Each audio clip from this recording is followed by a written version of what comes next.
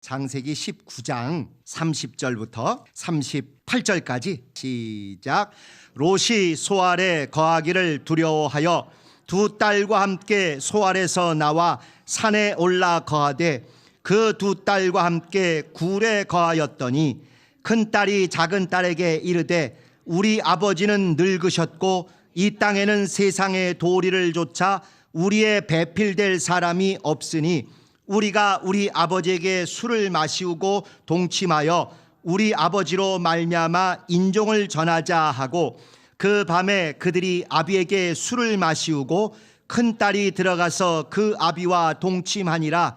그러나 그 아비는 그 딸의 눕고 일어나는 것을 깨닫지 못하였더라.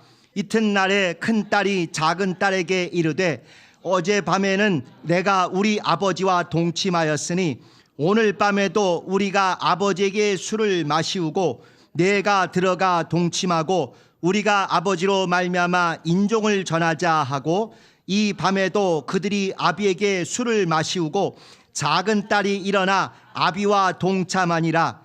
그러나 아비는 그 딸의 눕고 일어나는 것을 깨닫지 못하였더라. 롯의 두 딸이 아비로 말미암아 잉태하고 큰 딸은 아들을 낳아 이름을 모압이라 하였으니 오늘날 모압 족속의 조상이요 작은 딸도 아들을 낳아 이름을 베남미라 하였으니 오늘날 암몬 족속의 조상이었더라. 벌써 센스가 있으셔가지고 아멘을 안 하시는군요. 아멘 하기는 너무 민망하고 너무 애매모호하지요. 그래서 이제 오늘 함께 상고할 내용의 제목이 뭐예요? 소돔 탈출, 롯 가족의 애매모호. 애매모호. 누가 그러더래? 애매모호가 독일어냐고.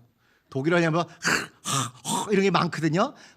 코 이렇게 해서 애매모호, 이게 독일어냐고. 응? 이게 프랑스어로는 알랑가 몰랑가래요. 일본 말로는 아리까리. 진짜 롯 가족의 이게 애매모호, 이게 진짜 신앙의 일인지 불신앙의 일인지, 어쨌건 자손이 태어났으니까 축복이라고 해야 될지, 근친상가 중에 이런 근친상간이 있을까 싶은 저주 중에 저주라고 해야 될지 진짜 애매모호합니다. 하나님의 역사가 어떻게 되는지 오늘 11시에 잘 들으신 데도 이게 우연인지 필연인지 한번 같이 보시도록 하겠습니다. 필연이라고 해서 내 책임이 없어지는 건 아니에요. 큰 틀에서 필연이고 섭리지만 그것이 제대로 되느냐 잘못되느냐, 원활하게 되느냐 너무 고통스럽게 되느냐는 100% 그것을 알아보고 순종하는 우리의 공로냐, 그것을 정하고 깽판치는 우리의 책임이냐는 여전히 유효하게 그 안에서 살아있는 것입니다. 자, 개요. 우리가 읽지 않은 앞부분의 얘기는 여러분이 대충 다 아셔요. 첫 번째는 롯이 두 천사를 환대해요. 잘 대접합니다. 아시죠? 먼저 아브라함에게 세 천사가 갔는데 그중에 한 천사는 아마도 여호와의 사자이고 나머지 두 천사는 소돔과 고모라로 갔다. 이제 그 얘기입니다. 그래서 롯이 두 천사를 역시 극진히 환대했다. 두 번째는 롯은 환대했지만 소돔의 나머지 사람들은 두 천사에게 악을 행하려 했다. 그런데 롯과 두 천사가 막아냈다. 롯이 야 그러지 말라고 막 설득하려고 해도 막무가내로 쳐들어와서 막 동성애로 보이는 그런 몹쓸 짓을 하려고 하니까 막 롯도 막으려고 했고 그 천사들도 그들의 눈이 안 보이게 가지고 확 문제를 해결을 했어요. 세 번째는 롯이, 천사들이 롯에게 네가 우리에게 은혜를 베풀었으니 너뿐만 아니라 네가 선택하고 네가 전하는 그런 사람들까지는 구원의 기회가 열리도록 해주겠다. 이제 이런 얘기를 해준 덕분에 롯이 두 사위들에게도 야 큰일 났어, 여기 멸망해, 너희 빨리 나 따라와서 도망가야 돼 했으나 그 사위들이 거절했다. 우리 성경에는 농담으로 여겼더라 이랬는데 원어는 웃었더라 이렇게 돼 있다고 지난 시간에 말씀을 드렸습니다. 전부 이 아브라함과 이삭과 롯과 이 부분 일들은 전부 웃다라는 이츠아크라는 그 단어, 짜크 그 단어 가지고 전부 이제 이루어집니다.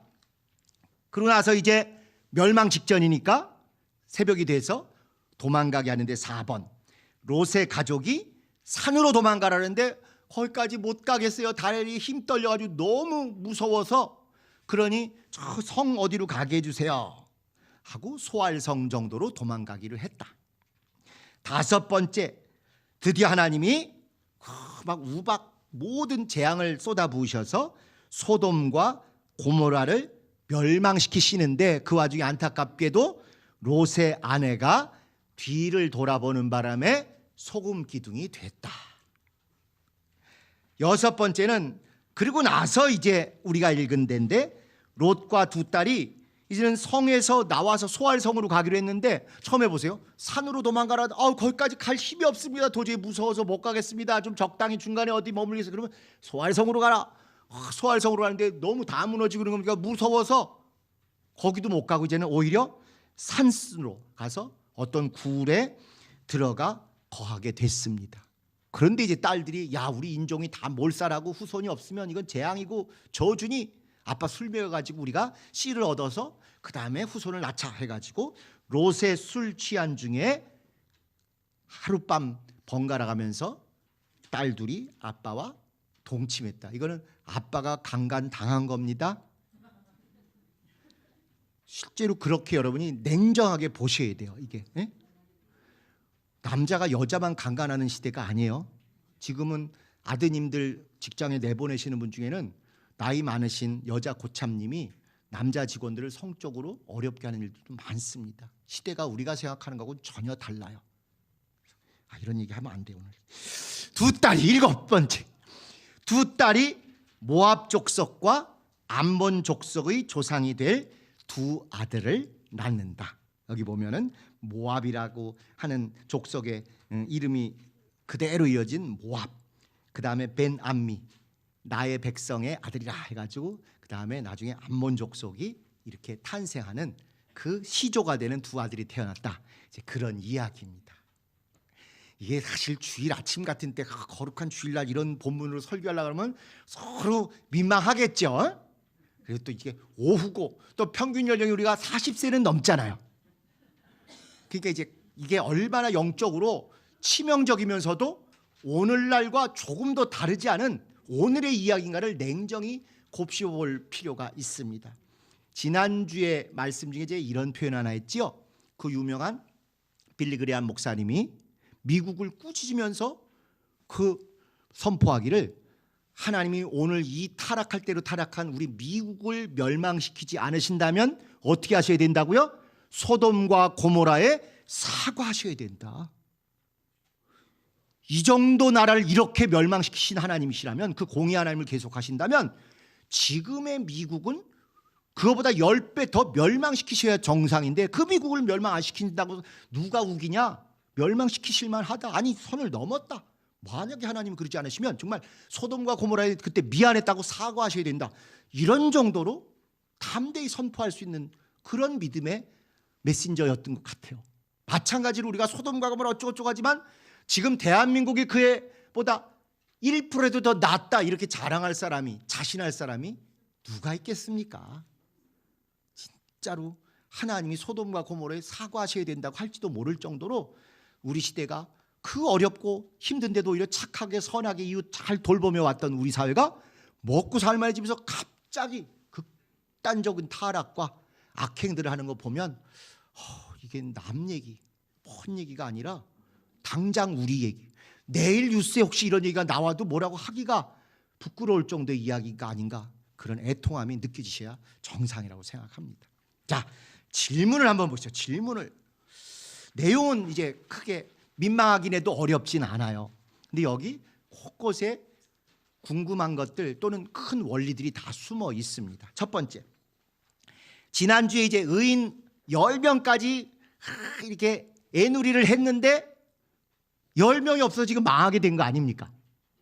그래서 의인 10인이 없어 멸망하게 된 소돔에서 롯만 구원받은 이유는 무엇일까요? 하나님의 은혜 때문에, 아브라함의 기도 중보 또는 애통한 그 중재 때문에, 롯이 의인이기 때문에. 1, 2, 3번 중에 어느 거요?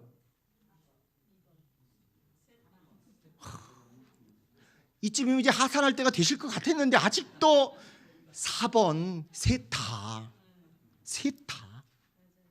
하나님이 살려주시겠다고 은혜를 베푸시는 거예요. 그런데 또 그렇게 될 수 있도록 아브라함이 힘을 다하여 애통하며 싹싹 빌고 하나님께 온갖 협상, 온갖 딜을 다 했잖아요. 그래서 아브라함과 알았다, 내가 너에게 감추지 않겠다고 약속을 해주셨어요. 그러니까 그 아브라함을 기억하고 하나님의 전적인 은혜와 신실하심을 기억하고 아브라함의 그 믿음을 기억하고 또 롯도 그 와중에 이 두 천사를 선대한 믿음의 행위를 보인 걸 보고 그걸 기억해서 세 가지가 다 맞아 떨어져 가지고 그렇게 이루어진 것이죠.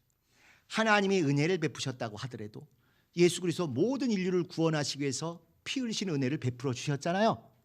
그랬다고 저기 착한 우리 이웃집 애기 엄마가 구원받지는 않잖아요. 누군가가 전도하고 기도하고 중보하고 어떻게든지 교회 예수 만나게 하려고 노력한 사람이 있어야 구원을 받잖아요.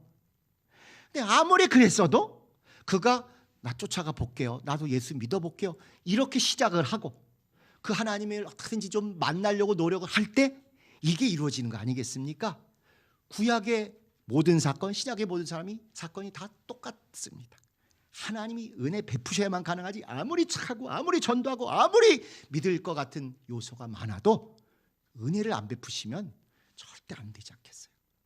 또 아무리 믿는 집안, 아무리 여건이 좋아도 누군가가 어떻게 전도해서 그 말씀을 듣게 하고 교회 끌고 가고 하나님 만나게 도와주려는 진짜 엄마보다 더 그 영혼을 생각한 사람이 없으면 구원이 이루어집니까?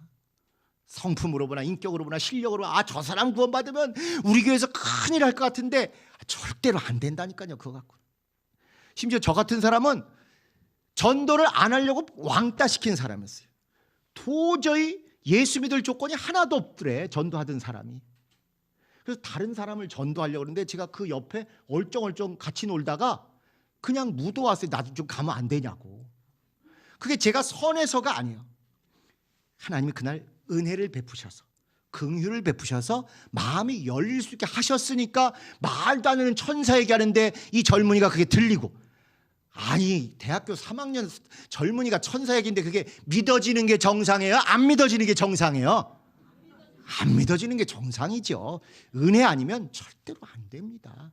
그래서 아무리 우리가 보기에 보암직하고 먹음직하고 지혜롭게 함직한 인물이라 할지라도 그가 누가 됐건 대통령이랄지도 하나님이 은혜를 베푸시지 않으면 절대 예수 못 믿습니다. 너무 잘 아시잖아요. 하나님 은혜를 일방적으로 베푸셨어도 진짜 그 영혼을 위해서 애통해하며 노력하시는 여러분 같은 전도자들, 우리 성락교회 오늘이 있기까지 이렇게 열심히 하신 여러분들의 그 노고가 없었으면 다 지옥입니다. 그런데 또 그 중에도 보니까 내 전하는 얘기를 듣고 삑삑거리지 않고 어떻게든지 그래도 좀 알아보려고 왔던 분들이 또 와서도 또 온갖 어려움이나 방해가 있었음에도 그래도 귀를 열려고 했던 분들이 또 역시 은혜를 받죠. 그래서 이 세 가지가 항상 맞아 떨어져야 된다는 거, 이걸 우리가 절대 잊으시면 안 됩니다. 너무 하나만 강조, 100% 은혜만으로 된다 이러면 믿음 좋은 것 같죠?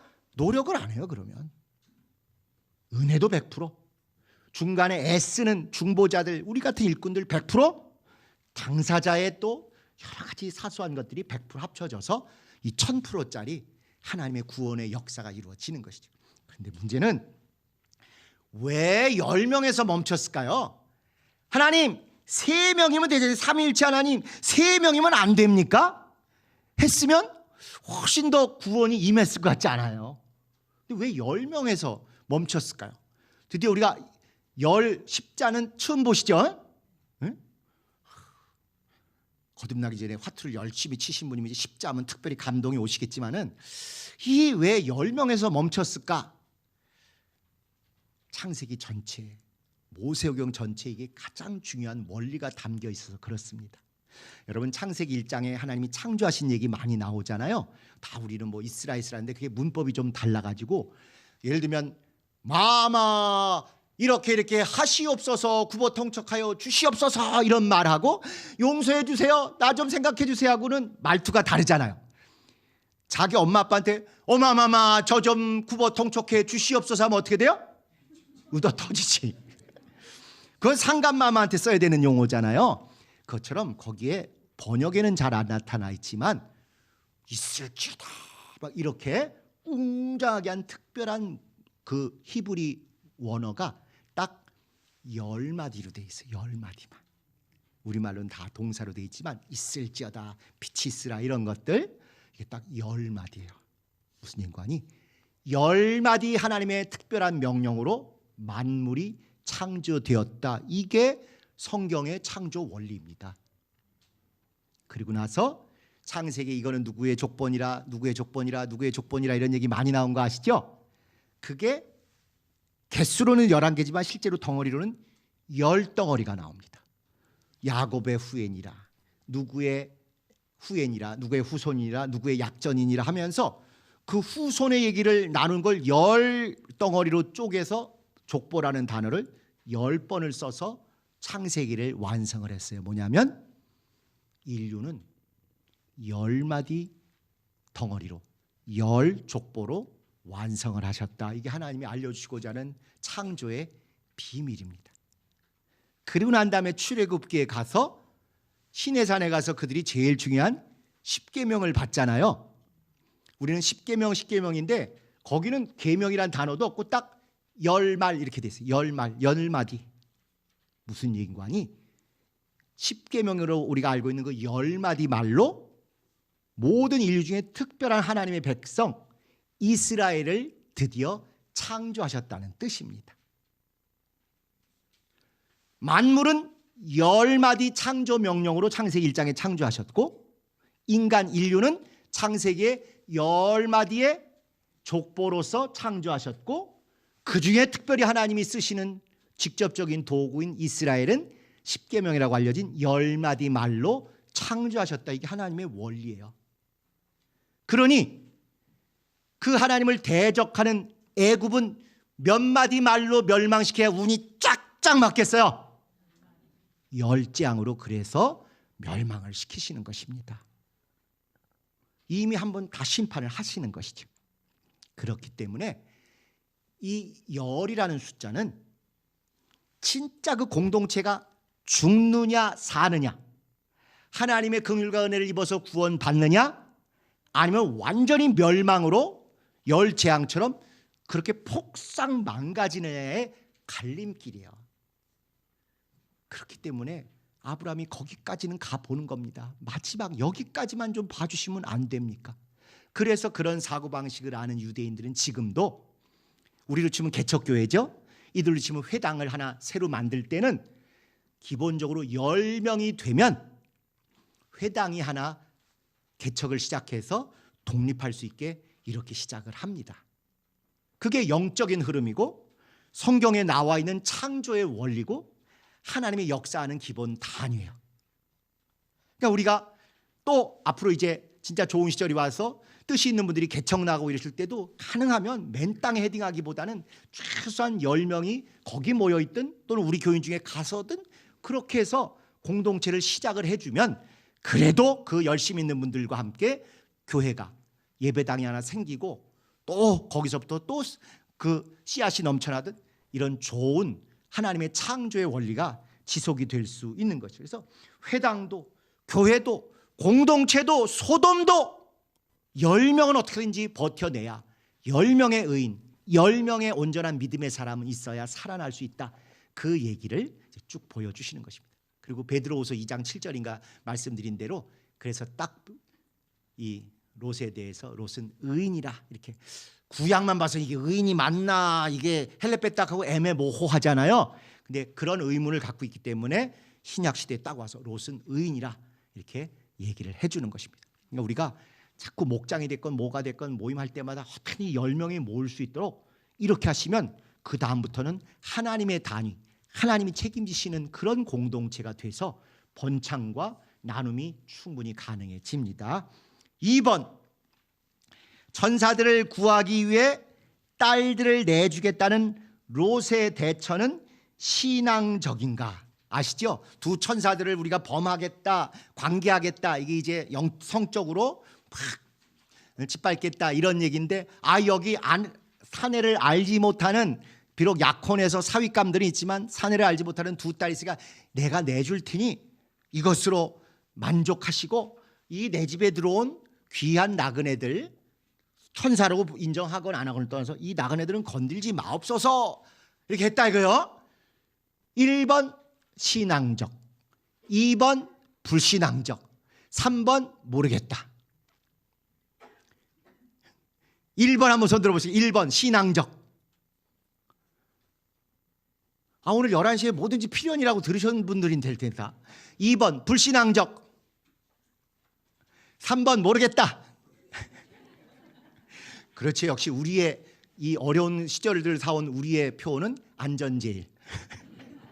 괜히 이쪽 저쪽 줄 잘못 썼다가 폭망하느니 안전제일 이러신 것 같은데 지혜자이시긴 하지만 신앙자는 아니신 것 같아요. 불신앙이요. 불신앙. 100% 불신앙입니다. 그 중심은 알겠죠. 이거 하나님에게서부터 온 특별한 사람들이니까 이 특별한 사람들을 지키기 위해서 내가 이거를 이렇게 하자. 선을 지킨다고 해서 악을 가지고 선을 지키는 건 하나님의 법이 아니에요. 한국 교회를 망가뜨린 것 중에 하나가 뭐냐면요. 목회자들이 잘못을 했는데 교회를 지키기 위해서 은혜를 받기 위해서 목회자의 허물을 덮고 그냥 그 문제를 지적한 집사를 내쫓는 것으로 교회를 지키고 해결하자. 이게 한국 교회를 타락시킨 첫 번째 이유입니다. 은혜롭게 해야 된다고. 은혜롭게. 결국 우리도 그렇게 넘어갈 뻔한 거잖아요. 회개가 더 우선인데 회개보다 은혜롭고 목회자 감싸고 도는 게 마치 신앙인 것처럼 잘못한 거잖아요. 그거에 비하면 이게 훨씬 더 고상하고 좋은 동기 아닙니까? 하나님으로부터 온 특별한 사람을 보호하겠다는데 근데 하나님은 이게 신앙이 아니라는 걸 그 다음에 계속 사건 사고를 통해서 우리에게 알려주고 계십니다. 사내를 알지 못한 우리 딸이 있으니까 얘로 대리만족하고 이들을 건드리지 말라. 그랬더니 결국 그 딸들을 짓밟고 대리만족한 사람이 누가 됐어요? 그 저주의 말을 뱉어낸 자기 자신이 돼버렸잖아요. 중심은 좋았는지 모르지만 넘지 말아야 될 믿음의 선을 넘으니까 불신앙의 일을 너 그 불신앙이 네 입의 열매가 너에게로 돌아가는 걸 보라 하고는 더 말도 안 되는 재앙과 저주로 돌아가게 하셨습니다.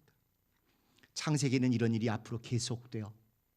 예를 들면 나중에 야곱이 외삼촌 집에서 한미천 잡아가지고 막 야반도주 토낄 때 그때 무슨 드라빔이라는 걸 훔쳐왔잖아요. 그 아내가.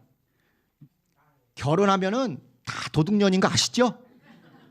에? 그냥 우리 친정엄마 친정아빠 말은 그렇게 하지만 당장은 내 남편 내 새끼 내 집안 챙기느라고 그 집안의 제일 중요한 어찌 보면 상속권 전체를 영적으로도 확보할 수 있는 드라빔을 훔쳐갖고 왔어요. 그리고는 자기 안장 밑에 깔고 앉아서 감췄죠. 야곱은 그걸 몰랐어요. 그러니까 야곱은 몰랐으니까 자기가 훔친 적 없으니까 당당하게 뭐라고 얘기해요? 누구든지 그 훔친 게 발각되는 사람은 죽는 게 마땅합니다. 큰 소리 뻥뻥 쳤어요. 그래가지고 그 죽음이 누구에게 돌아왔어요? 바로 자기 그 부인 깔고 뭉갰던 라헬에게 그대로 돌아왔잖아요. 전문 용어로 조둥아리 방정이라 그럽니다. 그걸. 조둥아리 방정. 이게 조둥아리가 방정을 떨면 축복의 말을 계속 선포하고 축복하고 좋은 얘기를 해도 이게 쉽지 않은 게 인생인데 저주와 멸망과 험담과 조둥아리 방정을 온갖 것 떨고 나면 그나마 하나님이 우리가 믿음이 덜 좋아서 그걸 다 안 이루셔서 그렇지 우리 믿음 좋아서 그대로 이루셨으면 우리 주변에 아무도 없을 수도 있어요. 그래서 이 딸들을 대신 보내고 이런 것들은 결코 믿음의 천사를 보호하기 위해서 믿음을 다했다. 아닙니다. 그거는 교리적으로 잘못 보는 거예요.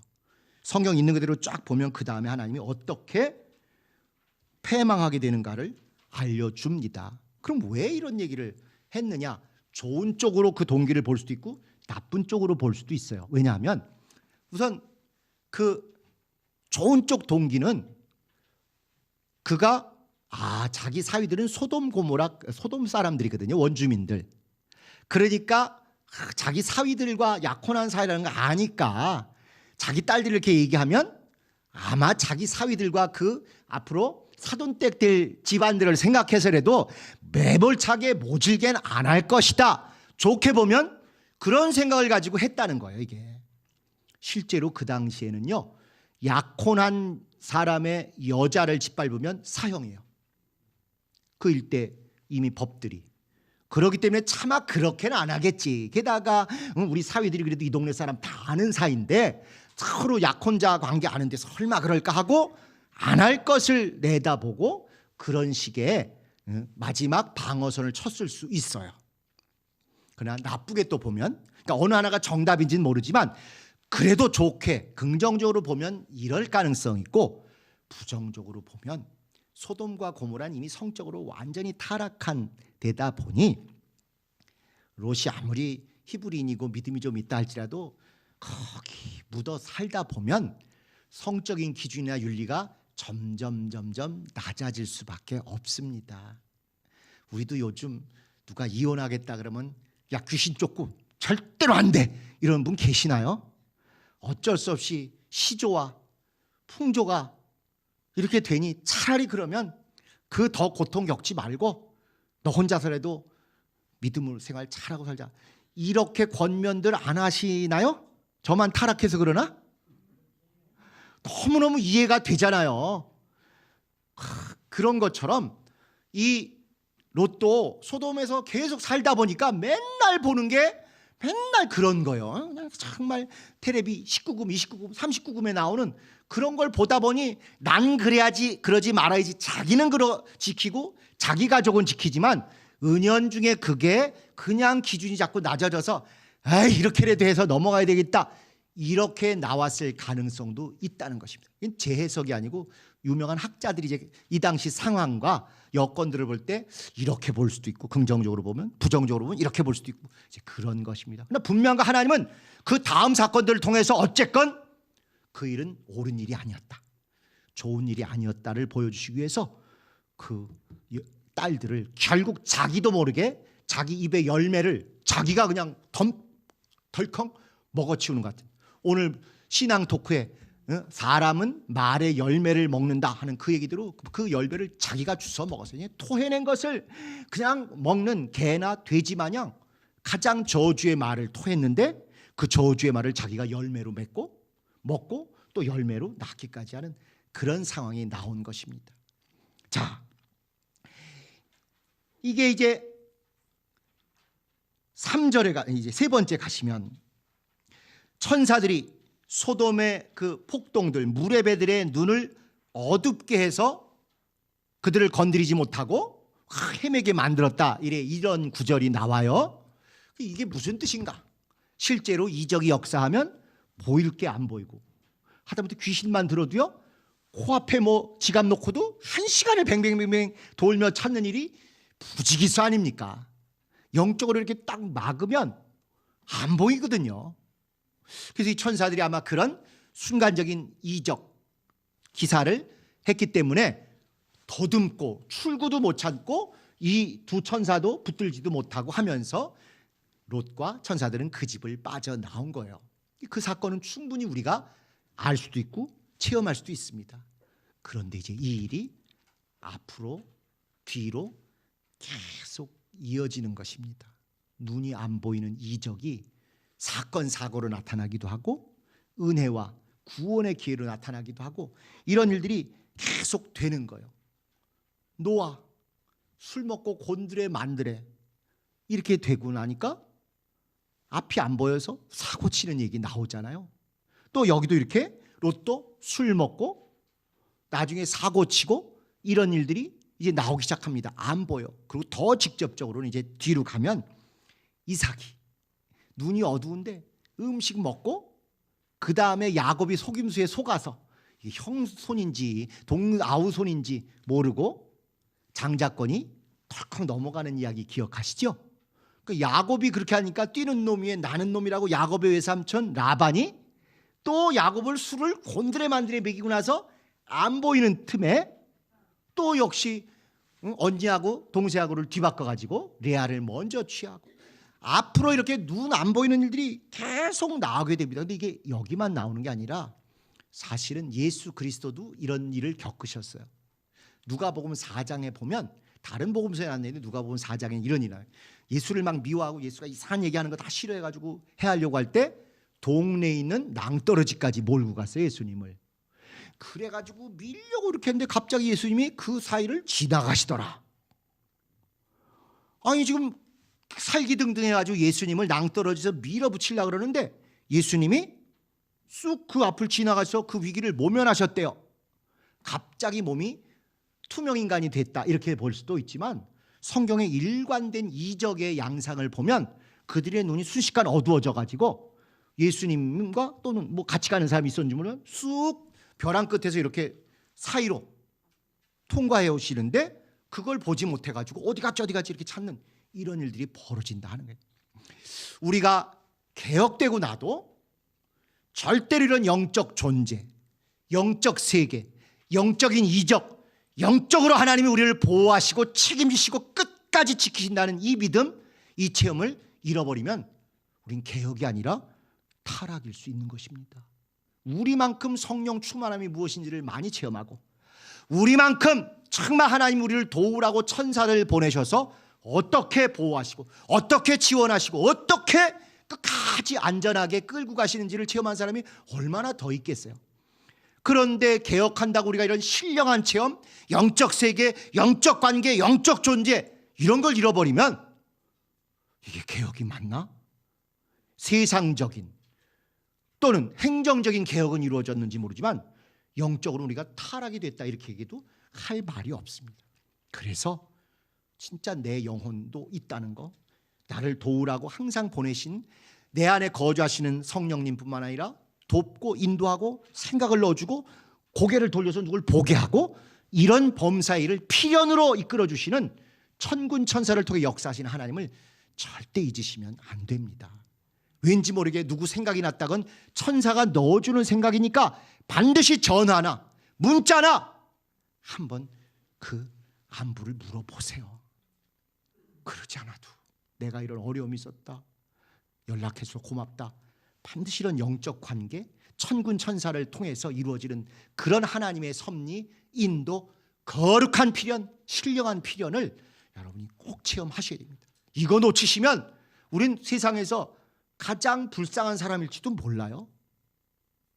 방언 많이 하시고 천사가 돕도록 명령도 하시고 성령께 의지하시고 해서 우리가 지적으로나 윤리적으로나 행정적으로 더 똑똑해진 건 못지않게 신비주의가 아닌 정말 중심이 잡힌 영적 체험도 넘치는 그런 우리의 특성, 우리의 장점을 한국교회 앞에 온전히 드러내고 또 공헌할 수 있으셔야 합니다. 자, 4번. 롯이 소돔 사람들에게도 사위들에게도 거부당한 이유는 무엇일까? 아니 장인어른이 진짜 존경받고 저 장인어른은 우리를 위해서 진짜로 요만큼도 허튼 소리 하시는 분이 아니다. 그랬으면 그걸 이렇게 쉽게 웃으며 농담으로 여기고 이러진 않았을 것 같은데 왜 그랬을까? 또 우리가 읽진 않았습니다마는 거기 소돔 사람들이 뭐라고 이 롯에 대해서 비난을 하냐면, 그들이 가로되 너는 물러나, 또 가로되 이놈이 들어와서 우고하면서 우리의 법관이 되려 하는도다. 이제 우리가 그들보다 너를 더 헤아려, 네가 더 나빠 임마 하고 마구 학대래요. 여러분, 소돔 사람이 롯 덕분에 살아난 사람들 아닌가요? 그렇죠? 다 같이 잡혀갔을 때 아브라함이 롯 살리겠다고 막 가가지고 롯만 살리는 게 아니라 소돔 사람들과 그 재산 다 회복해서 돌려줬잖아요. 그럼 얼마나 고마운 존재입니까? 이 아저씨 덕분에, 얘 큰아버지 덕분에 우리가 이렇게 살았다, 고맙다 이렇게 해야죠. 또 앞에 보면은 이 19장 1절에 이런 표현이 있어요. 마침 롯이 소돔 성문에 앉았다가, 가끔 이제 구약 성경에 성문에 앉아있다 이런 표현이 나오는데 이거는 할 일이 없어서 복덕방에서 옛날 장기 두고 바둑 두고 이게 아니고요. 성문이라는 게 이렇게 외장문이 아니라 성벽이 두툼하고 있어서 거기가 관청이에요. 다 관청이고 특별히 거기서 재판이 벌어지는 데입니다. 그러니까 성문에 앉았다, 성문 위에 앉았다, 성문 앞에 앉았다라는 표현이 나올 때마다 이거 전부 법관이다, 꽤 그 동네에서 유지다, 관료다, 다 이런 뜻이에요. 그러니까 단순히 외국인이긴 하지만, 유대인이긴 하지만 거기 와서 빌붙어 사는 외국인 수준이 아니라 나름 인정받고 있는 유지고 법관처럼 재판도 하고 행정에 관여하는 그런 사람이에요. 홍로도 있었잖아요. 거기 다 구원해 주는. 그렇게 혜택 받을 때는 다 이러다가 수틀리니까 대번에 하는 말이 저 외국인이라고. 이런 걸 이제 외국인 혐오라 그래요. 우리도 관계 좋을 때는 외국인들 신기하고 한국말 잘하고 사투리까지 하고 그러면 얼마나 좋습니까? 근데 그 나라하고 우리가 좀 경제적으로 문제가 있거나 전쟁하면 어떻게 돼? 단번에 저거 때려 죽여야 된다고. 저거 간첩이라고. 이제 이런 일이 없을 수가 없어요. 우리는 러시아랑 우크라이나랑 지금 2년 싸워서 그렇지만 두 나라는 굉장히 가깝고 러시아 안에 우크라이나 사람도 많이 살아요. 정말 형제 나라처럼 잘 지내는데 전쟁 난 이후로는 하루아침에 이렇게 돌아서는. 그러니까 완전히 동화가 안 돼 있고 형제 자매라고 인정해 주지 않고 외제다, 외국인이다, 좋을 때는 그냥 넘어갔지만 이렇게 수틀리니까 바로 거절하고 배반을 하는 겁니다. 심지어 사위들도 배반을 하고. 그래서 이 롯이 소돔 사람들에게도 외국인에게도 이렇게 배반을 당해요. 딸들에게도 나중에 배반도 하고 심지어 아내에게도 결과적으로 보면 배반을 당한 거예요. 믿음으로 붙들고 같이 가야 되는데 확 돌아섰죠. 딸들도 믿음을 지켜야 되는데 어떻게 이상한 생각해가지고 그렇게 확 돌아서고. 이렇게 뒤통수 맞는 얘기가 계속 벌어집니다. 그리고 그 와중에 국민, 백성, 회중은 조금이라도 수틀리거나 조금이라도 악한 사람에게 선동을 당하면 하루아침에 이렇게 다 폭동으로 변하는 게 역사의 모습이에요. 역사는 엘리트가 끌어가느냐 백성들이 끌어가느냐 수많은 전문가들이 하지만 같이 끌어가는데 결국 큰 방향은 백성들이 가야지요. 백성들이 결정하는 대로 갑니다. 그런데 그 백성들이 항상 오른쪽으로 옳게 결정하는 게 아니라 선동되고 막 이간이 되면 악 중에 악이 뻔한데도 그쪽으로 가는 거예요. 러시아가 지금 이제 선거를 하면 80%가 넘을까요? 안 넘을까요? 그 지금 우크라이나를 그렇게 몰살시키려고 하는 그 푸틴이 또 아마 80% 이상 득표를 하며 절대 다수의 찬성을 얻어서 대통령을 또 할 것입니다. 중국도 지금 어찌됐거나 시진핑이 이거 중국에 나가면 이게 중국 가기 어려운데 어쨌건 그렇게 되는 거예요. 정확한 정보와 냉정한 그 상황을 알면서 백성이 결정을 해야 되는데 꼭 못된 사람들이 백성에게 거짓된 정보와 거짓된 선동을 통해서 그들을 확 휘몰아치고 국민들의 90%가 원한다, 100%가 원한다 이러면서 인류 역사를 망가뜨리는 악한 일들을 끊임없이 해온 것입니다. 저희가 법학을 배울 때 제일 먼저 처절하게 1학년 때부터 귀에 못이 배기도록 배운 게 뭐냐면 독일의 바이마르 공화국, 바이마르 헌법, 그리고 히틀러 이런 것입니다.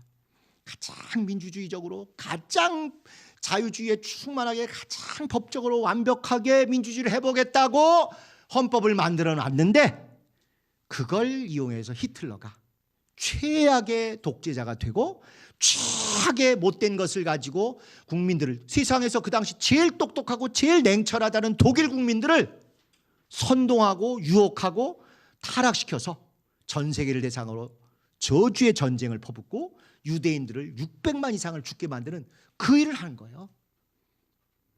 국민이 원한다 이것만이 다가 아니에요. 그 국민이 잘 판단하실 수 있도록 정치인들이 좋은 얘기, 옳은 얘기, 자기에게 손해가 되더라도 그런 것들을 해야죠. 그러니까 우리가 앞에 우리 대통령 중에 뭐 좋아하시는 쪽, 나빠하시는 쪽도 있지만 공통적으로 그래도 좋은 점수 받는 분들이 전부 다 자기 지지층들로부터도 욕을 먹거나 또는 나중에 역사가 알아줄 것이다 하고 밀어붙인 대통령들이 나름 큰 점수를 받으시더라고요.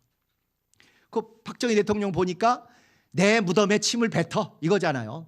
나는 이게 옳다고 생각하는데 이 일을 하고 그러니까 지금 이제 데모했던 사람들조차도 적어도 박 대통령이 이렇게 한 게 오늘의 우리가 있기까지는 큰 토대를 쌓은 건 맞다. 독재도 하고 나중에 궁정동에서 이상한 짓도 하고 당연히 그거는 비난받아 마땅하죠. 그렇지만 적어도 이러이러한 건 인정할 만하다. 이렇게 했던 것처럼 또 김대중 대통령도 당신의 지지자들이 반대하는 일, 타협하는 일, 진짜 이게 한국이 세계화가 되기 위해서 뭘 해야 될지를 욕을 먹으면서 이렇게 하시니까 어쨌건 나름대로 오늘 우리나라가 전 세계에서 돈 제일 잘 벌고 무역 잘하는 나라가 됐잖아요. 또 무슨 노무현 대통령 같은 분도 나중에는 노무현 대통령을 제일 사랑했던 사람들로부터도 버림받았잖아요.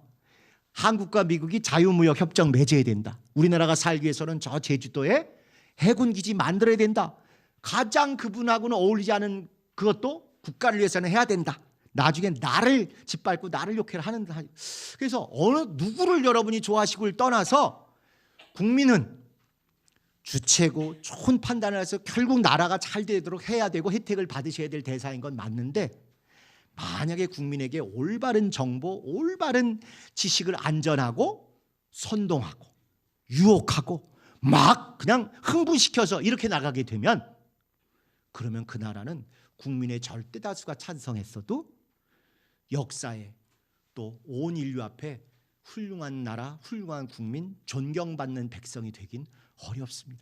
오죽하면 한 달 전쯤에 제가 광고하러 올라가서 회중주의를 우리 교인들이 오해하시는데, 우리 교인들이 다 원해, 그럼 무조건 해야 돼. 회중주의 아니에요. 그거 옳은 것을, 정보를 여러분이 정확히 전달 받으시고, 그리고 나서 잘 토론도 하시고 고민도 해보신 가운데 기도하고 나니까 이게 맞는 것 같다 해서 그런 의사결정이면 조금 손해나도 그대로 가야 되는데, 만약에 누군가가 다른 의도를 가지고 회중주의라는 이름으로 선동하고 이간하고 막 몰아붙여서 거기에 속아 넘어가면 그건 회중주의가 아니라 중우중이라고 그래요. 무리 중자, 어리석을 울자. 무리를 어리석게, 우매하게, 우둔하게 끌고 가는, 그게 히틀러가 썼던 방법이고요. 지금 푸틴이 쓰는 방법이고요. 그게 원감이 우리 모두를 지난 수십 년간 끌어갔던 방법입니다. 장로교는 무조건 나쁜 사람들, 한국교회는 무조건 지옥 갈 사람들, 우리만이 세계 최고, 우리만이 성경 제일 잘 알고, 이렇게 잘못된 정보로 우리들을 왜곡하고 우리들을 속이고 타락시키고 선동해서 거의 절대 다수가 다 우리는 그대로 갈 거 아니었습니까? 회중주의는 정확하게 모든 과정과 정보를 공개하고 교인들께서 아시고 정말 판단할 때 이거겠다 저거겠다 하되, 누굴 미워하거나 누굴 성토하거나 누굴 이겨먹겠다 이런 태도가 아니라 합력하여 선을 이루시는 하나님 앞에서 우리가 일을 한다, 이런 마음을 갖고 하셔야 돼요. 그렇지 않으면 여기 나온 대로 이렇게 누군가가 우리나라에 많이 와 있는 외국인들, 저것들 다 스파이다 이렇게 또 선동하는 사람이 나타나고 막 내몰아야 된다 이런 정치꾼이 나타나면, 그래도 먹고 살기 힘든데 중국 교포가 와서 더 많이 벌어가는 것 같고, 베트남에서는 여기서 벌어가지고 자기 나라에 집 산다 그러면 꼭지가 돌겠어요 안 돌겠어요? 도는 거예요. 인류 역사상 그렇게 해서 이방인들을 학대하고 처참한 소위 제노사이드라고 하는 대학살이 수도 없이 끊임없이 벌어지는 것입니다. 우리가 지금까지 선하게 먹고 사는 게 잘 해결돼서 여기까지 왔는데요, 반드시 우리나라도 앞으로 선동 정치인들에 의해서 이럴 가능성이 있습니다. 우리가 중심을 잡고 그리스도인다운 영혼을 귀히 여기고 진짜 이방인과 나그네를 긍휼히 여기는 그 신앙의 마인드는 절대 포기하시면 안 될 것 같습니다. 자, 그 다음에 이제 또 이거보다 더 어려운 거, 롯의 아내가 뒤를 돌아본 이유는 무엇일까요? 제일 쉬운 거 뭐예요? 믿음 없어서? 세상에 미련이 많아서? 그러나요, 다 한번 그 사람 입장이 돼보시고, 그럼 왜 믿음이 없었을까? 왜 세상에 미련을 가졌을까를 보면 긍휼과 은혜가 느껴지지 않을 수가 없습니다. 남자들은 매몰차서 아유 저거 몰라 또 얻으면 되지 이러고 갔겠죠. 그러나 그 롯의 아내 입장에서 사위들 못 꺼내오고 온 게 아마 롯보다 더 애통하고 더 마음이 쓰였을 수도 있을까요 없을까요? 있어요. 저 김서방 저 이서방 우리 애들하고 같이 해서 같이 살아야 될 텐데 안 나온 것에 대해서 얼마나 더 마음이 애절했을까를 한번 생각해 보셔야 됩니다. 또 뒤에서 막 무너지는 소리가 나오는데 누구 애기 목소리도 들리고 누구 이렇게 하는데, 남자는 비정하고 단호하게 눈 질끈 감고 못 먹어도 그 앞으로 갔겠죠. 그러나 옆집 누구 엄마, 또 우리 친정엄마 누구, 저기 쏟아지고 아비규환 그 목소리 처절한 통곡이 나는데 돌아봐지는 게 그렇게 공감이 안 되십니까? 정확히 성경에 이 얘기에 대해서는 왜 그런지 나와 있지 않아요. 그러나 불신앙이다, 믿음 약하다 우리가 함부로 정죄하고 함부로 매도하고 이럴 일은 아니라는 거예요. 어떻게 가슴이 아팠으면 돌아보지 말라고 하는데도 돌아봤을까? 혹시 딸들이 뒤에 하나가 쳐져가지고 야 누구야 왜 안 와 하고 딸보다 그러지는 않았을까? 좀 왜 그랬을까를 물어봐 주실. 모든 그런 행동이 옳았다는 뜻이 아니고 과거처럼 귀신 안 나가면 믿음 없어서 귀신을 안 미워해서 영감이 없어 이렇게 매도하는 건 기독교인이 아니라는 거예요. 왜 그럴까? 안타깝다. 왜 저 사람은 이게 안 될까? 왜 이거를 놓쳤을까? 좀 불쌍히 여겨주고 긍휼히 여겨주고 그의 입장에서 한 번 더 물어봐주고 변명이라도 들어봐주고 해야 그가 고치고 다시 발전할 가능성도 있지 않겠습니까? 그러나 과거의 우리의 모습, 저부터 제가 제일 칼같이 하는 못된 그런 유형의 인간형이니까 너무 잘 알아요. 믿음이 없어서 그래. 의지가 약해서 그래. 말씀에 바로 서면 그거 하나 못 잘라. 이런 모질고 정말 못된 짓들을 얼마나 많이 했었을까? 막 가끔 이렇게 떠올라요. 특히 이제 오래된 우리 믿음의 멤버들, 내가 그때 전 사람한테 이런 소리 했는데 집사람한테는 쏟아부은 이런 것들이 어쩌면 그런 것도 안 잊어버려져. 그래가지고 이렇게 했는데 그 아내에 대해서 결론은 보지 말라는데 불순종해서 뒤돌아봐서 소금 기둥 된 건 맞습니다. 성지순례 꼭 가서 이 기둥 한번 보셔야 돼요. 그리고 한번 이렇게 먹어보긴 해야 되는데 그럼에도 불구하고 일방적으로 매도하고 정죄하고 이러지는 말고 왜 그랬을까를 좀 우리가 헤아려주는 믿음이 우리 개혁된 교회에 진짜 참된 우리 그리스도인 다음이 드러났으면 참 좋겠습니다. 자, 6번 노아와 롯이 유사하게 겪은 이런 일들은 우리에게 어떤 의미를 갖는가? 그렇죠? 노아도 대심판, 온 세상이 멸망하는 대심판을 겪어놨더니 그 구원받은 게 신났어요? 아니면 낙담했어요? 낙담해서 뭘 먹었죠? 곤드레 만드레 포도주를 막 먹었죠. 그거밖에는 이 너무 참담한 현실을 잊거나 외면할 수가 없는 거예요. 그리고는 막 먹고 나서 누구에게 해가 되는 사건 사고가 그 집안에 있었습니까? 세 아들, 가족들, 자손들이 저주 아닌 저주를 받게 됐잖아요. 대심판을 겪고 났으면 이 역사, 이 영광, 이 엄청난 이적을 봤을 때 우리 이제 정신 바짝 차리고 믿음으로 충만하게 살자 이럴 줄 알았는데 오히려 더 하늘이 무너지고 더 모든 삶이 무너지고 나니까 의지로 버티기가 어렵고 너무 마음이 허물어져서 그냥 술 먹고 이러는 중에 그게 자기 혼자 망하고 마는데 끝나는 게 아니라 자손들, 가족들, 자녀들에게 최악의 저주와 멸망으로 이어졌어요.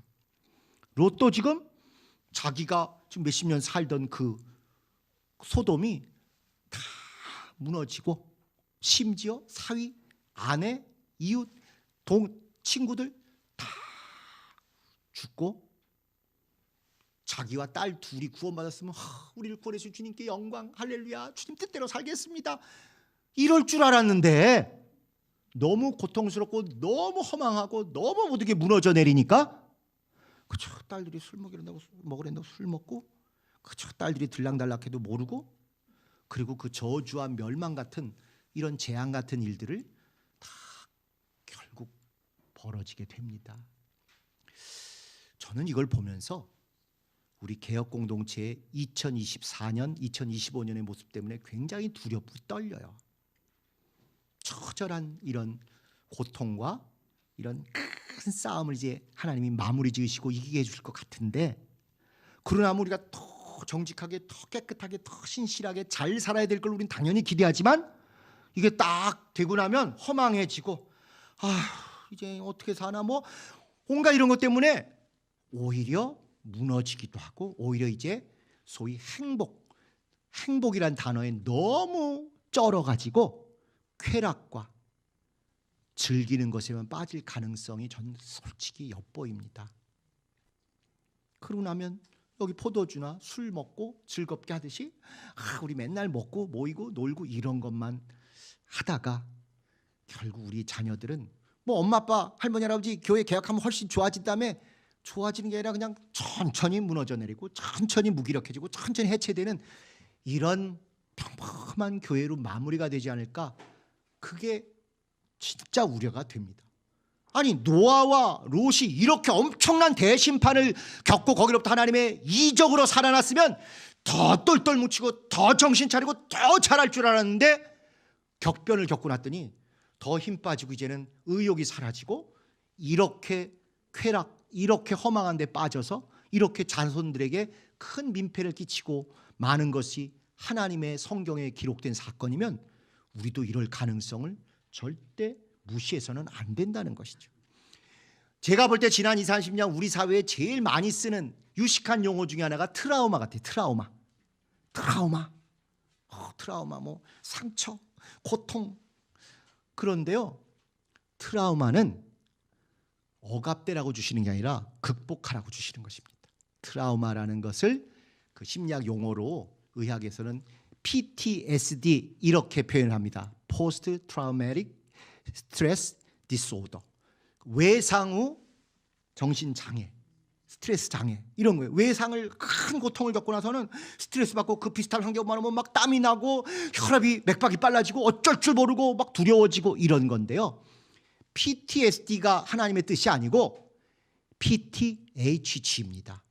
Post Traumatic. 트라우마 이후에 HG, Healing and Growth. 치유받고 성장하라는 게 그게 하나님의 뜻이에요. 그런데 그냥 트라우마 하면서 트라우마에 쩔어 있는 게 마치 폼나고 멋있고 현대인 같은 이런 상담, 이런 대화, 이런 것들이 너무 우리 사회를 억압하고 있는 거예요. 하나님이 기독교인에게 트라우마를 허락하신 건 그 다음에 힐링, 하나님의 완전한 치유와 그로스, 성장, 그걸 위해서 주신 것입니다. 근데 자꾸 우리 사회는 트라우마라는 유식한 단어에 너무 쩔어 있고 너무 발목 잡혀 있어요. 원래 심리학 용어는 PTG예요. Post Traumatic Growth. 성장만인데 저는 일부러 거기다 H를 넣는 거예요. 하나님의 치유하심. 우리를 치유하시고 만져주시고 정말 깨끗게 해주시면서 남의 애환과 긍휼도 알고 신앙적으로 성숙함. 그래서 PTSD가 아니라 PTHG, Healing and Growth가 이루어지는 것, 그것이 하나님의 뜻입니다. 노아도 실패했고 롯도 실패했던 이 일을 성경에 기록해 주셨으니 우린 그걸 교과서, 거울로 삼아서 그쪽으로 가지 말고 이겨내고 정말 하나님의 치유와 하나님의 성장과 하나님의 영광을 드러내는 그런 공동체 되기를 진심으로 사모합니다. 자, 마지막으로 7번, 유대 족속과 모압 및 암몬 족속의 관계는 우리에게 어떤 의미를 갖는가? 참 애매모호하죠. 이가 유대인의 형제로부터 나온 거잖아요. 나중엔 유대인을 제일 괴롭히는 그런 족속이 돼버렸어요. 그런데 또 동시에 우리 주 예수 그리스도 오시는 길을 예비한 다윗의 할머니 룻은 모압 여인이에요. 그러니까 다윗이 정통 유대인이라는 거예요, 아니라는 거예요? 아니라는 것입니다. 다윗이 이방인 출신이라는 거예요. 무슨 얘기냐? 하나님이 사실은 혈통을 그렇게 중요시 여기는 게 아니시라는, 이미 구약 때부터 이스라엘의 성왕 중에 성왕인 다윗조차도 하나님이 하시려고 그러면 왜 그 태를 계속 열으셔서 정통 유대인으로부터 태어나게 못하셨겠어요? 그런데도 일부러 이방 여인, 모압 여인, 이렇게 출생이 참혹한 그 모압 여인을 통해서 가입하게 하시더니 거기서 다윗왕이 나오게 하시고 거기서 우리 주 예수 그리스도 오시게 하셨습니다. 그럼 이 두 민족들이, 모압과 암몬이 이스라엘 유대 민족과 이게 친인척인지 적군지 애매모호한 것입니다. 또 롯의 딸인지 와이프인지 애매모호한 거예요. 아까 말씀드린 롯이 내 딸들 가지고 대신 만족하고 이 사람들을 살려라, 이게 잘한 것인지 못한 것인지 애매모호한 거예요. 모압과 베남미, 암몬 족속의 이들은 롯의 아들인가요? 손자인가요? 우리 한국 정서에서 이럴 때 뭐라 그래요? 아들이라고 하죠. 한국에서는 아들이라고 해야 될지 손주라고 해야 될지 애매모호한 것입니다. 도무지 정답이 똑 떨어지지 않는 이야기로 가득가득 차 있는 거예요. 자, 그래서 이게 작은 이탈이 나중에 얼마나 큰 이탈 되는가. 우리나라에도 이런 이단의 계보들이 또 있어요. 근데 문제는 이제 우리는 확실히 성경적으로, 성령적으로, 그리고 신학적으로, 교회사적으로 정상적이고 건강한 교회로 돌아가게 됐는데, 이제 지난 징역 1년 김대리에게 내려진 것 때문에 저쪽은 굉장히 더 어렵게 됐습니다. 왜냐하면 다른 것도 아니고 이단 풀려는 것을 돈을 뇌물로 주고 했다는 게 그냥 만천하에 다 알려져 버렸어요. 그 교계만 알려진 게 아니라 일반 매스컴에도 알려졌어요.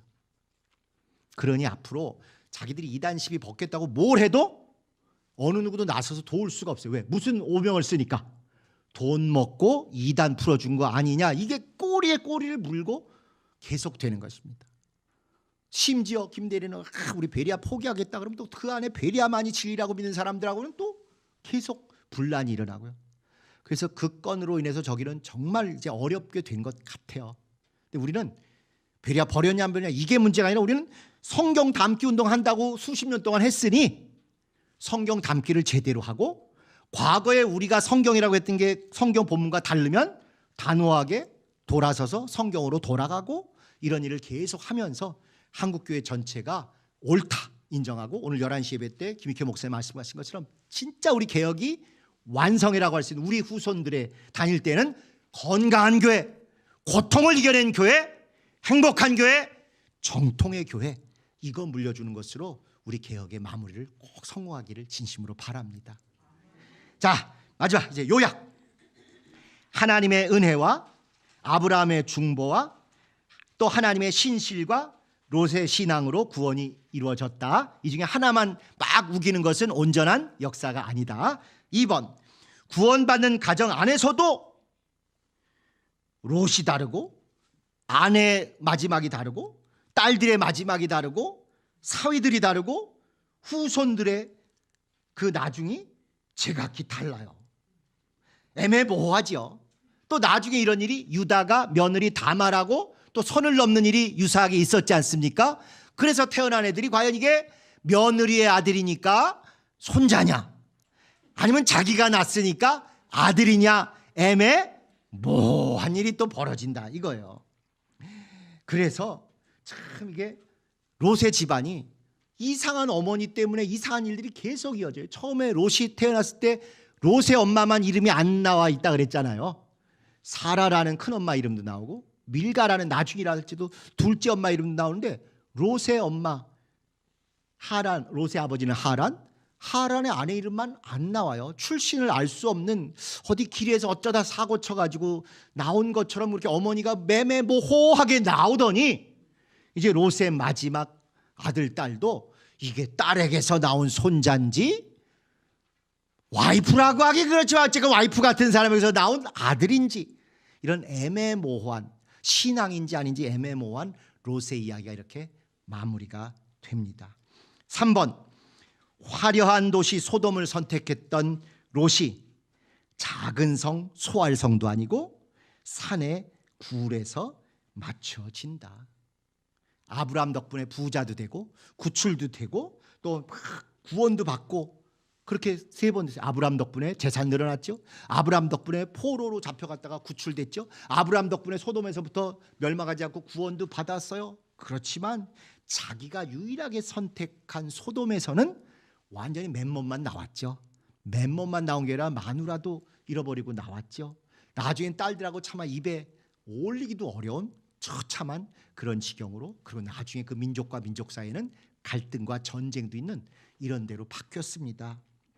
저장, 그럼 우리는 어떤 교훈을 마음속에 담을 것인가? 1번, 모든 구원은 정말 은혜고 이적이다. 하나님이 보내주신 그리고 그 와중에 우리는 영혼과 영원을 건 선택이다. 절대 우연이 되지 않고 필연이다. 그냥 짝짝 맞는 것 같아요. 11시 예배하고 항상 보면 모든 구원은 우연이 된 게 아니다. 그 자체가 어마어마한 천지가 개벽할 은혜였고 이적이었다. 그리고 그것을 선택한 모든 사람의 그 선택은 자기 영혼과 영원을 건 영광의 선택이었다. 2번, 근데 이 롯과 관계돼서 계속 첫 번째부터 데리고 나오지 말았어야 될 것 같은 롯을 데리고 나오는 바람에 이렇게 처참한 결과가 아브라함 가문에 계속됐다. 그래서 잘못 기운 첫 단추에 계속 끌려갈 것인지 아니다 싶으면 단호하게 끊고 돌이킬 것인지, 이것에 대해서 우리가 항상 기도하고 영감을 구해야 합니다. 방언을 정말 많이 해야 될 이유 중에 하나가 이거예요. 논리로 세상 정치판 판단하다 이게 나에게 유리할 것이다, 이러면 세력이 이럴 것이다, 이거 옳은 거 아닙니다. 진짜 하나님이 때로는, 그래서 아브라함 이야기 전체는 붙들기와 떼내기의 엇박자라니까요. 하나님이 붙드시려고 할 때는 아브라함이 떼내고, 하나님이 떼내실 때는 아브라함이 붙들고, 그래서 이런 어려운 일이 많이 생기는 거예요. 심지어 제일 붙들어야 될 사라는 하나님을 붙들려고 하는데 아브라함은 계속 딴 데로 떼내가지고, 하나님은 롯을 떼내시려고 하는데 아브라함은 어쨌건 인륜에 도움이 된다고 해서 계속 붙들다가 이렇게 엇박자로 어려움들을 겪는 것입니다. 우리도 앞으로 함께 신앙생활하면서도 영감이 성령이 이끄시는 걸 쫓아서 붙들기와 떼내기에 대해서 좀 잘 분별을 해야 합니다. 자, 그 다음에 3번, 이방인과 나그네, 고아와 과부, 노비와 종들은 하나님의 특별한 관심 대상이다. 구약 내내 가장 강조하신 게 이거잖아요. 레위인 좋은 것으로 잘 섬겨라, 목사들 좋은 것으로 잘 대접하다는 성경에 없는 얘기예요. 사도 바울이 좋은 것으로 우리가 함께 한다라는 게 돈이거나 먹을 거나 선물이 아니에요. 그런데 언제부터 한국교회는 그렇게 죄종 잘 섬기는 게 최고 믿음인 것처럼, 그렇게 해서 성경을 더 많은 곳에서 이방인, 나그네, 고아, 과부, 노비, 종들, 이거 하나님이 특별히 관심 기울이는 사람들이니까 이들에게 잘 도와주고 이들을 잘 홀로서기 할 수 있게 도와주라. 이게 신구약 성경 변치 않는 그 하나님의 관심입니다. 그런데 한국교회에게 두 개로 나눠져서 복음을 전하는 쪽들은 영혼 구원이 더 중요하다고 구원하려고 하는 거는 맞는데, 먹고 사는 거나 그들이 제대로 사람답게 살 수 있는 거는 그건 세상이 하는 거다 팽겨쳐 버렸고, 이제 좀 진보적인 쪽은 그들이 이게 인간답게 살지 못하는데 이걸 하나님이 안 좋아하시는 거다, 이거를 좋게 해주려고 노력은 했지만 그 영혼을 살리고 내세를 가르쳐주고 보혈을 생각하고 성령 받게 해주고, 이건 또 안에서 각각 2분의 1씩만 해왔다는 것입니다. 근데 가장 보수적이고 가장 복음적이고 가장 성령적인데 앞장섰던 이제 우리 교회가 제정신을 차리고 성경으로 돌아간다면 영혼 구원뿐만 아니라 이렇게 일관되게 하고 계신 어려운 이웃들을 똑같이 사랑하는 일에도 함께 하신다면 우리는 정말 개혁된 교회가 하나님 기대하시는 일을 완성할 수 있을 것입니다. 개혁된 교회가 가장 안 한 일이 이것이므로 가장 누구보다 최고로 새롭게 잘할 이 일에도 우리가 정말 열심히 즐거이 함께하는 여러분 되시기를 예수님의 이름으로 축복합니다. 우리 주님 가르치신 기도하심으로 마치겠습니다.